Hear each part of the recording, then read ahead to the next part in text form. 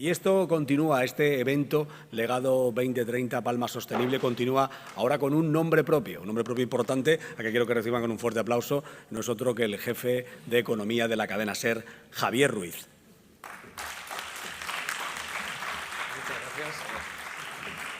Muchísimas gracias. ¿Qué tal? ¿Cómo estáis?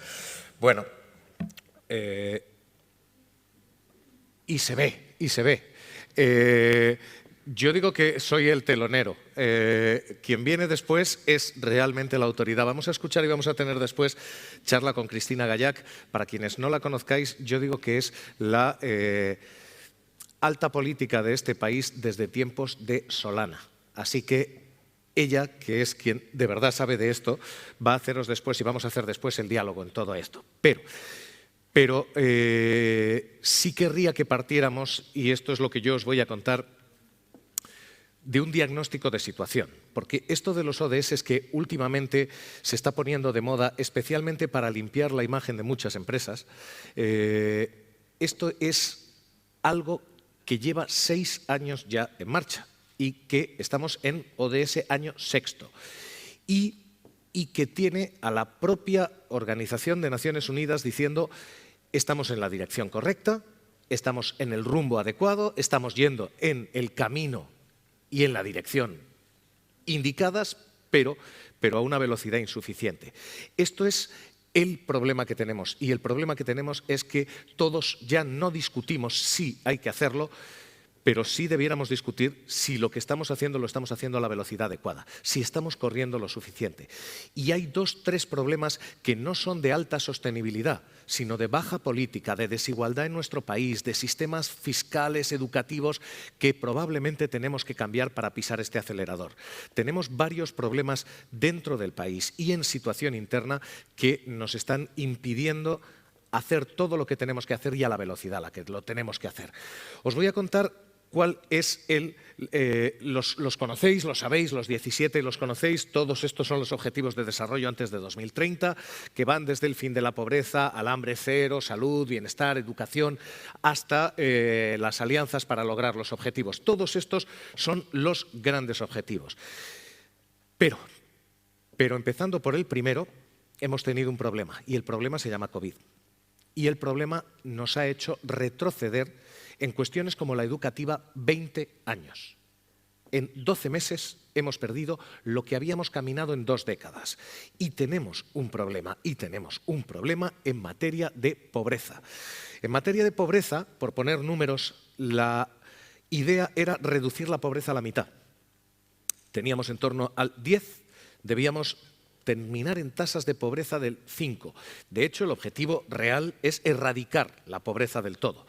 Bueno, con el COVID no solamente esa pobreza se ha disparado, no solamente tenemos esto, 124 millones de personas que caen en pobreza, 124 millones de personas que caen en pobreza en todo el mundo, sino que en España, para colmo, aquí también hemos retrocedido.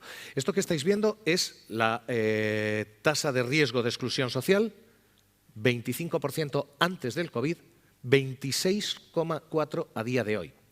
Y esta es la tasa de pobreza. Estábamos en el 4,7, estamos en el 7 a día de hoy. Esto es lo que nos ha pasado. Esto es lo que nos ha ocurrido en España. Lo que nos ha ocurrido en España literalmente es que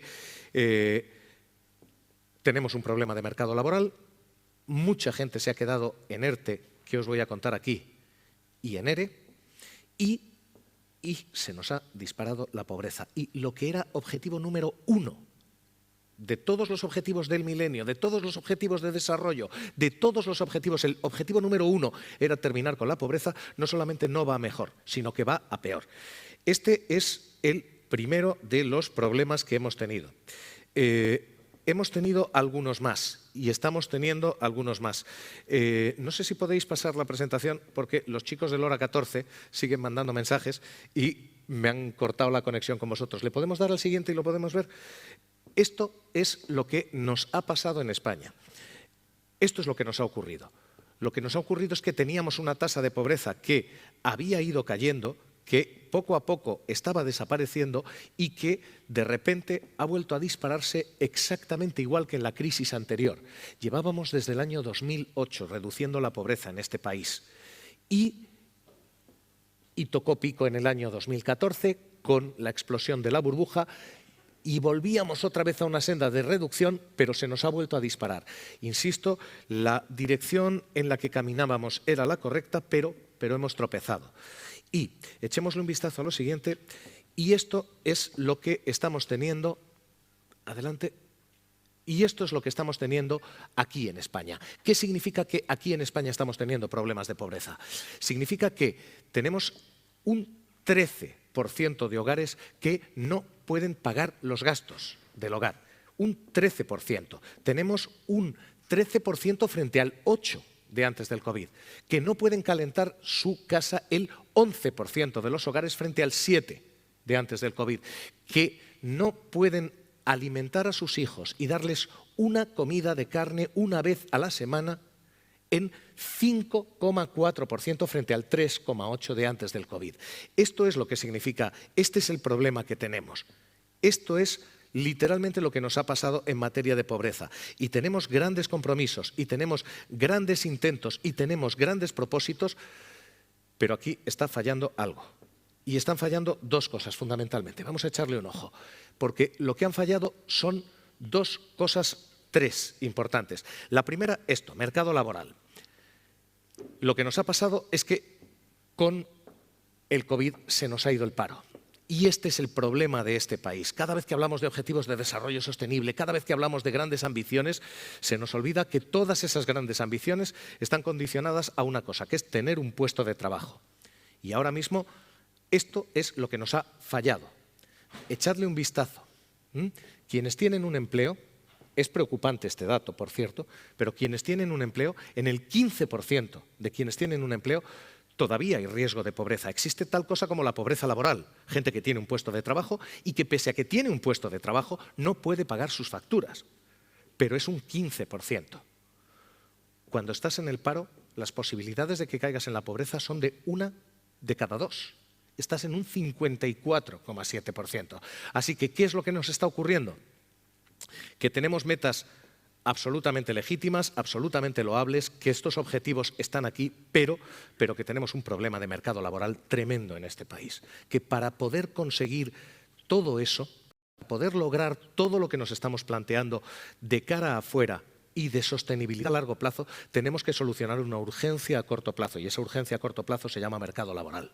Hasta que no solucionemos la temporalidad, la precariedad y el paro que tenemos en este país, especialmente entre población joven, en la que las tasas de paro son récord en la Unión Europea. Tenemos tasas de paro entre los jóvenes del 40-50%.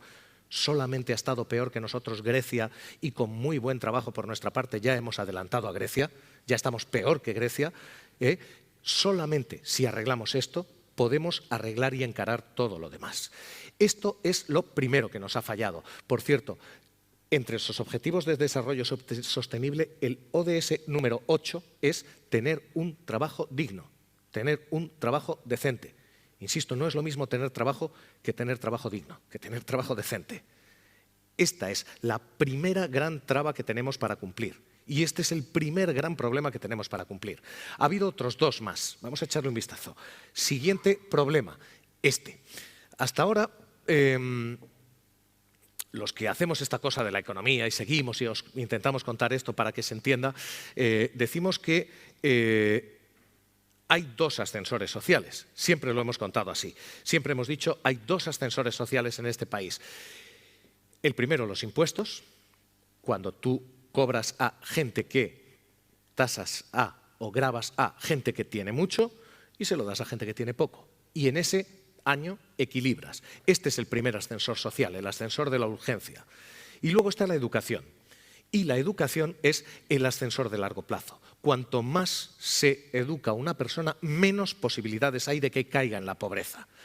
Estos dos ascensores se nos están rompiendo los dos. De hecho, lo que tenemos literalmente es un problema en los dos terrenos. Echémosle un vistazo, primero en educación y segundo en fiscalidad. En educación, esto es literalmente lo que hay. Lo que hay es que la gente que solo tiene estudios primarios tiene posibilidades de caer en la pobreza en este país 1 de cada 3. El 35% de la gente que solo tiene estudios primarios va a caer en la pobreza en este país. La educación es la garantía absoluta de que uno puede esquivar los problemas. Y cuanto mayor es la educación, menor es el riesgo de pobreza. Quienes tienen estudios universitarios o superiores solamente caen en la pobreza en el 13% de los casos. Así que tenemos un problema aquí. Hemos tenido en este país políticas de privatización que han excluido ese ascensor social para mucha gente que no se la puede pagar. En el mundo está pasando exactamente lo mismo. The Economist publicaba una súper preocupante estadística el otro día. Harvard es la garantía de que si tú entras en Harvard sales a un gobierno, de que si tú entras en Harvard sales a un gran bufete de abogados, de que si tú entras en Harvard desde una clase baja vas a ser élite cuando acabes Harvard. Que la educación funciona, va. Harvard no tiene a día de hoy ni un solo estudiante cuyos padres no ganen al menos $500,000 al año. Ni uno solo.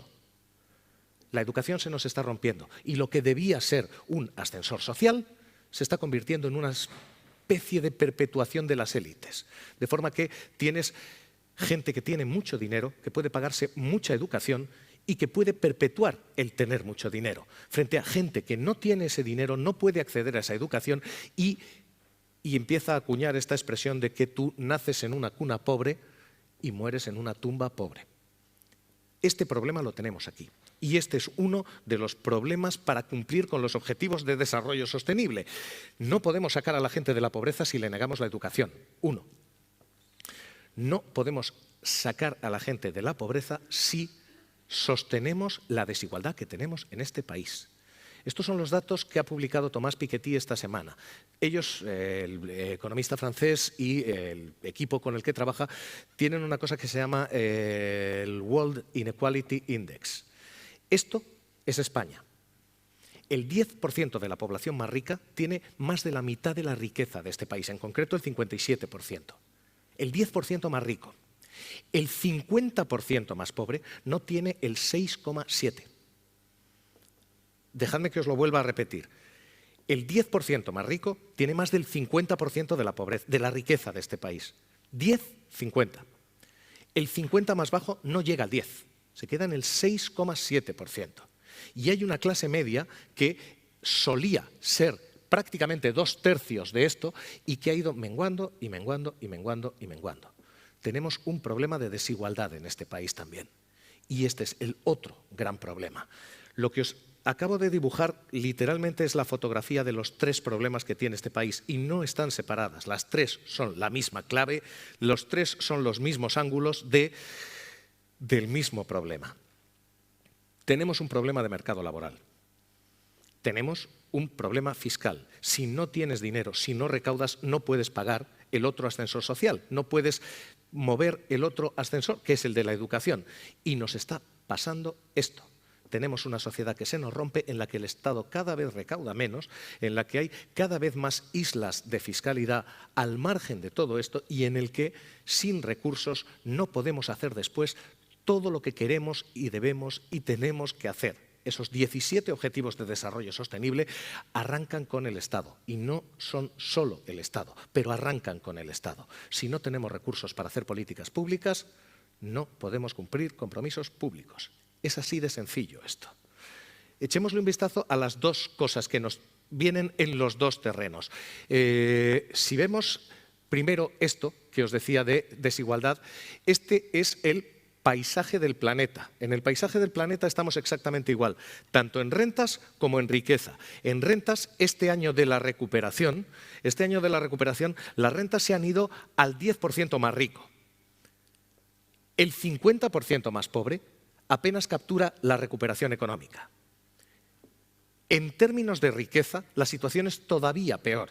En términos de riqueza, el 76% de la riqueza está en manos del 10% más rico. Insisto, esta es la fotografía global, pero acabamos de ver la misma fotografía en España y es exactamente el mismo paisaje. Empezamos a tener hemos discutido mucho, veníamos antes hablando de la forma de la recuperación y hemos discutido mucho si la recuperación era, ¿os acordáis de esta del gobierno, de que iba a ser en V? Luego se dijo, bueno, es una V asimétrica, que era, te pegas un bofetón más grande que la recuperación, pero esto, como queda feo decirlo, decimos V asimétrica. Luego dijimos, esto es el signo de Nike, en el que la recuperación es más o menos lenta. Bueno, pues la realidad de la recuperación está siendo que nuestra recuperación es en forma de K. Tienes una parte de la población que se está recuperando, bien, muy bien, la gente que no ha entrado en crisis, y tienes una parte de la recuperación que no está llegando. Es la gente que estaba mal y está peor. Insisto, si uno echa un vistazo a quién se está quedando la recuperación, tenemos un problema. Y nuestro problema es un problema serio. Os juro por Dios, hora 14.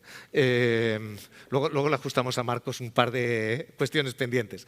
Y nuestro problema, insisto, es un problema de reparto. El ascensor de la fiscalidad se nos ha roto. Sin el ascensor de la fiscalidad, echemos un vistazo, sin el ascensor de la fiscalidad tampoco nos funciona el otro. Adelante. Tampoco nos funciona el de la educación. Si no tenemos dinero para pagarla, no tenemos dinero para cumplir, por cierto, otro objetivo de desarrollo sostenible, el cuarto, educación decente. ¿Qué? Nos ha ocurrido esto. Dadle otro golpe. Esto es lo que nos ha pasado. Hasta ahí. Solamente en España hemos dejado a 3 millones de niños sin su principal fuente de comida. Esto no es un problema de tercer mundo, esto es un problema de España. Los comedores escolares son lo que acompaña a los colegios y hay muchas familias en las que los niños comen en comedores escolares y comen solo en comedores escolares. Su principal fuente de alimentación es el comedor escolar. Esto es lo que nos está ocurriendo. Hemos, primero, roto el mercado laboral. Conseguido una precariedad absoluta en mercado laboral. Segundo, trasladado eso a la parte fiscal. No conseguimos recaudar lo suficiente y cuando tu mercado laboral es precario, tu recaudación es precaria, la siguiente conclusión es tus servicios públicos son precarios, tu educación es forzosamente precaria porque no hay dinero para pagarla. Y entonces empezamos los debates de si es mejor la privada y seguimos en este ciclo y esto es exactamente lo que nos ha pasado. El COVID ha hecho retroceder los niveles educativos 20 años, 2 décadas y nunca en la historia de la humanidad habíamos tenido tantos niños fuera del colegio, tantos a la vez. El 91% de la población escolar ha estado fuera. ¿Y qué nos ha pasado? Lo mismo que hablábamos de recuperación económica y cómo se nos ha roto en dos. Los niños se nos han roto en dos. Los que tienen una casa con iPad, con un ordenador, con fibra y con padres que saben y los que tienen el iPhone de la vecina o un ordenador para 4 hermanos o que piratearle la wifi al bar o todas estas historias que os estoy contando son historias reales. También se nos ha roto la educación. Tenemos un problema de desigualdad. Tenemos un muy serio problema de desigualdad en este país y esta es la base de todo lo que ahora mismo estamos intentando lograr. ¿Qué nos está pasando? Nos está pasando que tenemos objetivos correctos, tenemos una dirección correcta, tenemos una ambición muy legítima, pero nos hemos encargado de sabotearnos aquí convenientemente durante una temporada larga. Una temporada larga es prácticamente 30 años ya. Y ahora nos faltan los recursos y ahora nos falta el pulmón financiero para hacer todo esto. Voy a darle la entrada y la bienvenida a Cristina Gallac con esto otro. ¿Qué nos pasa a partir de ahora? Echémosle un vistazo a las otras 2 cuestiones que nos vienen. Lo primero, nos vienen, dale otra vez, fondos europeos.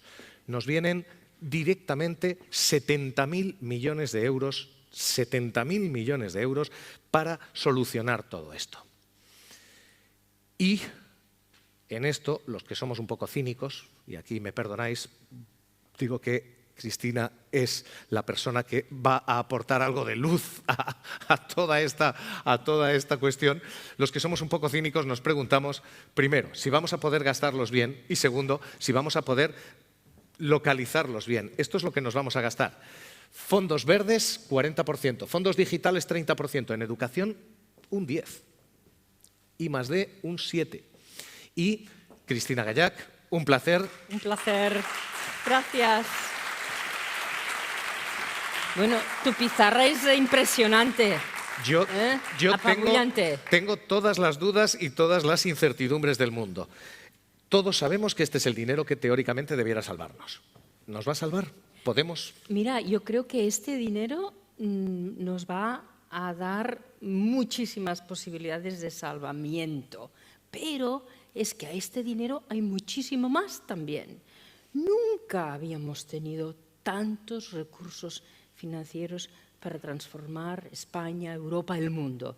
Y me referiré sobre todo a Europa, porque a estos fondos de recuperación, la parte de España, lo has dicho muy bien, la parte europea son 750.000 millones, hay que añadirles lo que llamamos el Gran Pacto Verde, el Green New Deal, que en el fondo es lo mismo, en el fondo es también recursos públicos para transicionar a una economía verde, a una economía inclusiva, basada en todos los avances tecnológicos, y eso es, en 10 años, movilizar 1 trillón a la inglesa, por tanto, es 1 millón de millones. 1 billón español. Exactamente.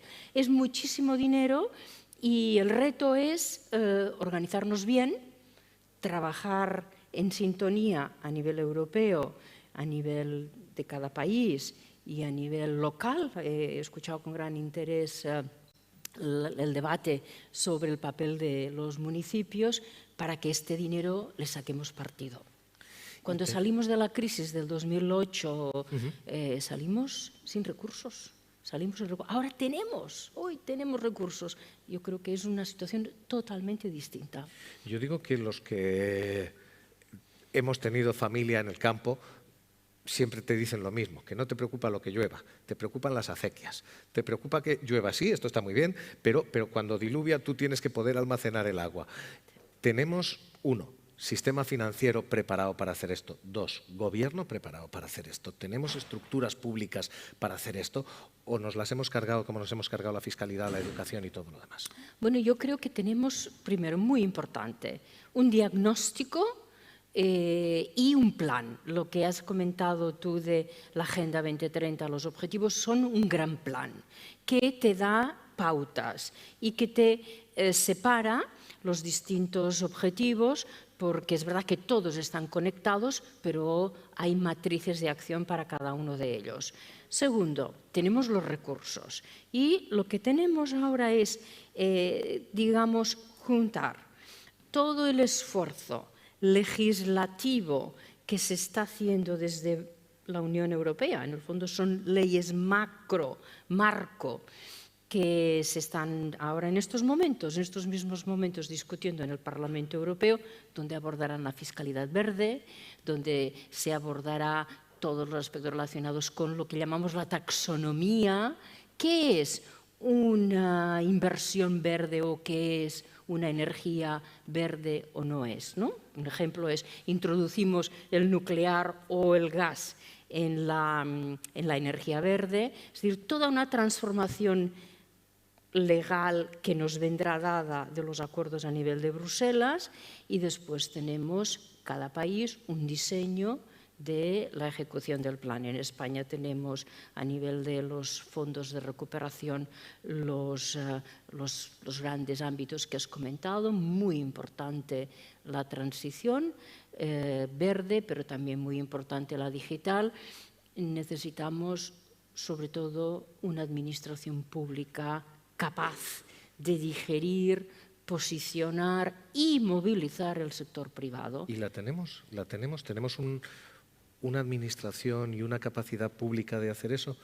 Pues probablemente requerirá mucho apoyo en el sentido de contratar expertos y sobre todo de organización para que la transformación que debe de hacerse a nivel específico en algunos sectores tenga los buenos estudios. Mira, un ejemplo. Esta semana ha salido un informe muy interesante en el que se dice que un impuesto al diésel tendría un impacto en la población rural y en las clases medias. Porque es verdad que son las que más dependerían de este aumento, ¿no?, de esta fiscalidad. Pero este mismo estudio explica que con medidas compensatorias tú puedes hacer que estas personas no sean las paganas de una transición energética de combustibles fósiles, en este caso el más contaminante que es el diésel, a las renovables. Por tanto, necesitamos ¿qué? Gente que estudie los distintos retos de esta transición para que, acompañando las acciones de las administraciones, podamos ir en la buena dirección. Por tanto, esto es una empresa extraordinaria. Por tanto, cuando decimos que tenemos en manos nuestro futuro, yo creo que lo tenemos y que nunca habíamos tenido en manos nuestro futuro con tantos recursos, y hay que realmente asegurarnos de que las piezas encajan y pasaremos por unos momentos de transición complejos, ¿no? Ahora estamos pasando por el shock energético, ¿no? Pero habrá momentos en que pasaremos por otros shocks y eso lo tenemos que introducir y factorizar en los esfuerzos públicos. Hay un riesgo, y en esto te miro y te pregunto a ti, que tú conoces aquello bien, de que si esto no funciona, de que si esta es una oportunidad perdida, la gente se descuelgue de la idea de Europa, la gente diga hasta aquí, se conviertan en euroescépticos, que la gente piense esta no es una institución que me ayude. Mira, yo no me quiero poner en esta tesitura, porque este es un momento actual, con todos estos recursos que se van a movilizar, de un gran sentimiento a favor de Europa. Te voy a poner un ejemplo. América Latina está viviendo unos shocks terribles con la pandemia. Hablabas de la educación. Hay países en América Latina donde no han dado un año de clase presencial y eso es un desastre, tú lo has comentado. Y aquí hemos tenido nuestros problemas, pero el sistema ha seguido funcionando. En América Latina, cuando los recursos públicos se tienen que hacer llegar a la población para superar el gran impacto de la pandemia, pues no tienen un Banco Central Europeo, no tienen los fondos de la nueva generación. Por eso nos inventamos, entre ellos nosotros, España y algunos países latinoamericanos, esta idea de recurrir a los derechos de giro del Fondo Monetario Internacional para que pudiesen acceder a dinero, fondos, financiación, para poder superar el bache sanitario, el bache de educación, el bache de unos países donde la informalidad en el trabajo es altísima, más del 30% de la economía, el 40% en algunos países. Por tanto, si te quedas sin empleo, no tienes desempleo. O sea que Europa está en unas condiciones óptimas, más que ninguna otra región del mundo, para superar la crisis y salir de una manera distinta. Hoy mismo, en este mismo momento, tiene lugar la reunión de líderes de la Unión Europea en Bruselas. Nuestro presidente del gobierno está allí. Y el presidente del Eurogrupo, Pascal Donoghue, les está presentando unos gráficos donde muestra que Europa ha salido en nube de la crisis de la pandemia y compara cómo se salió de la crisis del 2008, hemos salido mucho más rápido y mucho más derecho. Es verdad que en el caso español nuestra V es una V asimétrica. Pero a nivel europeo sí que se está viendo esta recuperación. Y dejadme poner también un punto de interrogación, que yo creo que hay que mencionarlo. La pandemia no ha dado de sí todo lo malo. No sabemos esta fase actual cómo va a ser. Hay miedo qué es lo que va a pasar a finales de enero, ¿no?, cuando empezamos a ver el impacto. Por tanto, no hay que confiarse. pero los datos son de que tenemos recursos, de que tenemos buen análisis, de que hemos salido de una situación gravísima con las vacunas de manera espectacularmente positiva y, por tanto, es un buen momento para estar juntos en la Unión Europea, comparativamente, os lo he comentado, con América Latina. Yo digo que aquí hay, como veis, dos visiones. Yo me gusta más la tuya que la mía, porque la mía es un poco más oscura, que es pensar... Pero las dos son ciertas, yo creo, ¿verdad? Sí, yo quiero creer que... necesito creer que la tuya es más cierta que la mía, porque yo sí estoy detectando que hay batallas perdidas. Es imposible hacer política diciendo, miren, los impuestos no son suficientes. O decir, miren, la empresa tiene que pagar más impuestos. Parece una batalla perdida hasta el punto de que quien dice eso es inmediatamente acuñado aquí en España como bolivariano, venezolano, comunista, traidor y algo más que suele tener algún taco. Ayer fue coño en el Congreso. Está perdida ideológicamente esa batalla. Hemos perdido la batalla del Estado. Yo creo que hay un valor de servicio público, de acción pública, que se ha puesto de manifiesto durante la pandemia. Lo hemos visto. Donde había servicio público sanitario, servicio público de educación, las cosas han seguido funcionando. Hay un caso, permitidme, Costa Rica. Costa Rica en los años 70, 80, 60 invirtió muchísimo en educación. Por tanto, sus mimbres son más sólidos que en cualquier otro país de América Central. En Colombia se dejó de invertir en educación pública en los años 80, 70, 80 y se ha fracturado muchísimo la población. Pero también es cierto que lo que hay es unas tendencias que yo creo que se ha quedado claro de la importancia del sector público durante la pandemia y a su vez en este momento nos encontramos con un sector económico que tiene que estar liderando la aplicación de estas ideas básicas de sostenibilidad y lo más importante es huir del cortoplacismo, es decir, el resultado rápido que el accionista quiere tener no funciona si lo que queremos es una verdadera transformación, una verdadera transición, ¿no? A mí me gusta mucho citar al ex CEO de Unilever, un líder en sostenibilidad empresarial, Paul Polman, y él comenta que su gran lucha siempre eran no tanto los consejos de administración como la asamblea de accionistas, ¿no? Cómo explicar que un menor resultado a corto podría indicarnos, y nos indicaba, un mejor resultado a largo. Creo que esto es fundamental, una visión muchísimo más medioplacista, porque te permite jugar con las transiciones y reequilibrar los baches que vas encontrando. Como en este caso hemos encontrado un bache terrible que ha sido la pandemia. Yo creo que nos quedan, ¿qué? ¿3, 4, 5 minutos? ¿O estamos fuera de tiempo ya? Porque no estoy muy seguro.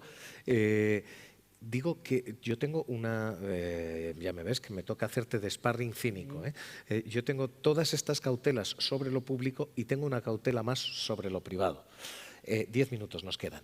Tengo una cautela más sobre lo privado. Lo privado es, ahora mismo, tú quieres ser líder de sostenibilidad y solo tienes que pagarlo. Te puedes comprar el ranking que quieras para que te digan lo sostenible que eres. Tenemos un riesgo aquí también de esta cosa que hemos llamado greenwashing, de lavarte de verde. Tenemos un riesgo de camuflar como sostenible y de que quien quiera con su empresa pueda camuflar como sostenible lo que no lo es. Tenemos un gran riesgo y yo creo que nuestro antídoto es legislación europea, directivas serias en todos los temas. En el paquete del Green New Deal hay como reformas a 6 directivas y algunas nuevas que van a hacer imposible o prácticamente muy difícil este greenwashing, que sin ninguna duda es un riesgo, porque si queremos una transformación tiene que ser profunda, para maquillarnos no es suficiente, ¿no? Y ahí tenemos unas grandes oportunidades, como es todo el cambio en nuestra movilidad, que esto implica también un cambio geopolítico. Unos países, un grupo de países que han sido determinantes en un dominio porque de allí comprábamos el petróleo, etcétera, o el gas, y no lo van a ser, y no lo van a ser. Hay regiones enteras del mundo que van a cambiar de su importancia geopolítica. Yo creo que eso es muy interesante porque podemos marcar estos cambios. Hemos visto Estado y papel del Estado. Hemos visto empresas y este greenwashing de las empresas. Y hemos visto todo lo que se puede hacer y lo que se puede ganar. Tú mencionabas, vamos a leer la otra cara, vamos a leer la de lo que se puede perder. Tenemos una desigualdad rampante en el país, lo hemos visto, y es una desigualdad creciente. Tenemos una recuperación que yo digo que empieza a tener esta forma de K, en la que quienes han caído siguen cayendo y quienes no han caído siguen subiendo. Se nos está agrandando esta brecha de desigualdad. Todo lo que viene, automatización, robotización, todas las cosas que vienen, son cosas que van a dañar más a los que más dañados están ya. Quienes tienen trabajos menos cualificados, quien tiene manos de obra menos, en fin, sofisticada, es la gente que va a ser sustituida por un robot. El que es conductor de un autobús probablemente va a ser sustituido por la conducción automática. Tenemos un riesgo de que esta recuperación nos divida todavía más, nos separe todavía más. Tenemos un riesgo de que al final los fondos europeos sirvan para perpetuar esta desigualdad. Bueno, es un riesgo, pero también tenemos innovación, investigación, políticas públicas, políticas fiscales para hacer frente al riesgo. Es decir, lo interesante es que hemos visto los riesgos que hay, por todo lo que tenemos es que actuar para prevenirlos. ¿Cómo hacemos? Pues mira, necesitamos muchísima innovación y mucho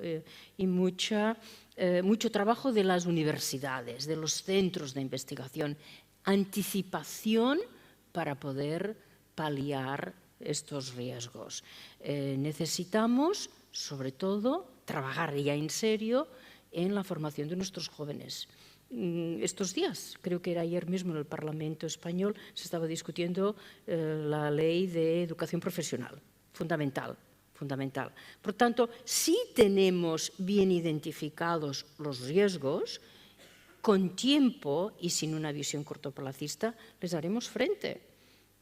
Yo creo que en cualquier transición, y más en esta tan profunda, que son en estos 10 años que nos quedan de los ODS y los más que van a venir después, tenemos la capacidad de reajustar constantemente y, sobre todo, de ir adaptando a los cambios que tenemos que hacer. Los mismos que vamos a hacer nosotros nos sirven para otras regiones del mundo, pero en cambio en el cómputo global sí tenemos que ver los avances.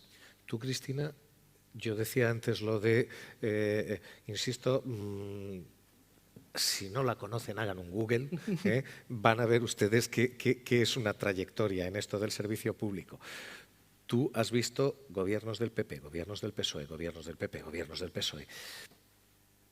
¿Tú tienes fe en que tenemos esos liderazgos, en que tenemos capacidad ahora para conseguir esos consensos? ¿O ha cambiado el tablero? Esto ya se ha roto. Cuando se aprobó la Agenda 2030 en 2015, fue un momento realmente transformador a nivel global, porque se construyó esta agenda, hubo el Acuerdo de París, nos encaminamos a un acuerdo sobre migraciones y todos los aspectos relacionados con los refugiados. Era un momento muy positivo, muy constructivo de lo que era la gestión global. Por razones políticas tuvimos un parón muy serio con la llegada del presidente Trump a Estados Unidos, que marcó de época. Tuvimos parones serios en países fundamentales para la lucha contra el cambio climático como Brasil. Tuvimos, en fin, y en estos momentos creo que volvemos a recuperar liderazgos de acción a partir de lo que está ocurriendo en Europa.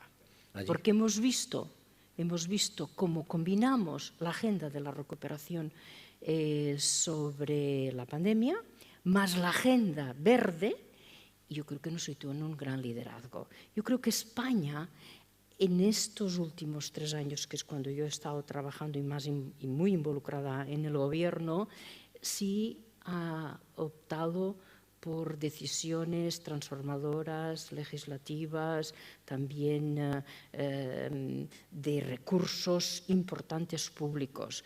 Lo que necesitamos ahora es consistencia en estos caminos y gestión y impacto y movilización de todo el sector económico. Yo quiero pensar que sí, yo creo que nuestro plan de recuperación, el presentado a Bruselas, a partir del cual estamos ya recibiendo fondos, son muy sólidos. Pero esto es medio plazo. Por tanto, no es cortoplacismo. No estamos como estamos con las... Yo digo, los que venimos de Madrid, en esta tenemos una muy graciosa que es Madrid 360. Tú sabes que aquello era el proyecto de Carmena, llegó el Partido Popular, lo borró del mapa para volver a hacer el mismo Madrid 360, pero ahora del Partido Popular. Absurdo. Leyes educativas hemos vivido lo mismo. Tenemos, insisto, ¿os preocupa esta dinámica, vosotros que lo estáis viendo? Que necesitamos... o esto no, esta vez sí esto va a ser consistente, vamos a tener algo de política de Estado. Es fundamental que todas las grandes leyes transformadoras sean políticas de Estado, de país, y confluyan las acciones municipales con las acciones autonómicas, con las acciones de Estado. Y yo creo que este es el espíritu que pusimos en marcha en el comisionado de Agenda 2030, que nuestro objetivo era tener este marco global, y yo estoy convencida de que se está continuando de esta manera. Está claro que son transformaciones en las que si no hay un plan y una vigilancia de la aplicación del plan, podemos no dar los resultados que la ciudadanía nos va a exigir. Yo ya les decía al principio que eran necesarias 2 visiones, la buena y la otra. Yo tengo mis serias dudas. Las dos son reales. Yo tengo todas las dudas del mundo de que esta dialéctica gobierno-oposición, en estos términos en los que estamos, nos lleve a alguna parte. Cristina Gallac, un placer haberte escuchado. Señores, un placer haberles acompañado. Un aprendizaje de la pizarra siempre. Siempre, siempre, pizarra siempre. Cuidaos. Muchísimas gracias. Gracias.